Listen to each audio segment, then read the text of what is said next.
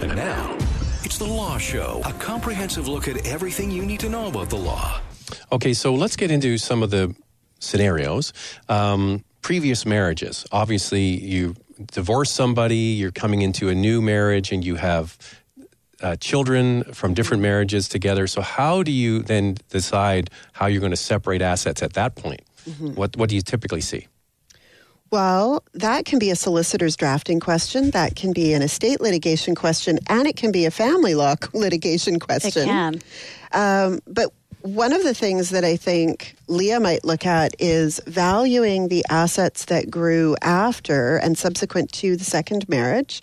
That's something significant for you, is it?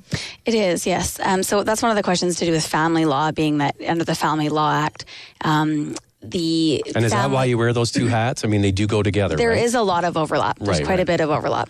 So the asset that comes into a marriage is protected under family law legislation as an exclusion, but the growth on that would be considered family property. And so sometimes when we see with blended families, we have people that they're not getting separated, right? It's a passing usually that we're dealing with estate litigation. But there's different, the legislation applies to vary someone's will if you're a child or a spouse.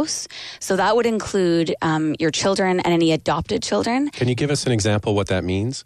Yeah, so for instance, a will maker might make their will and they decide to leave everything to their children and nothing to their spouse for whatever reason. Right.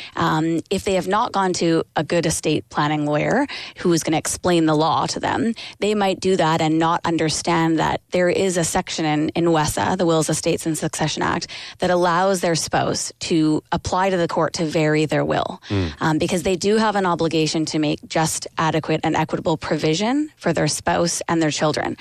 But one of the complicating factors we see with that piece of legislation is that it doesn't apply to stepchildren. So, for instance, a will maker might, they have two children and the other party has one child. They get married, they build up an asset base, but they leave everything to their spouse. Their entire, all of their property is going to pass to that spouse, and their child doesn't have a claim against that spouse's estate when they pass away because they're a stepchild.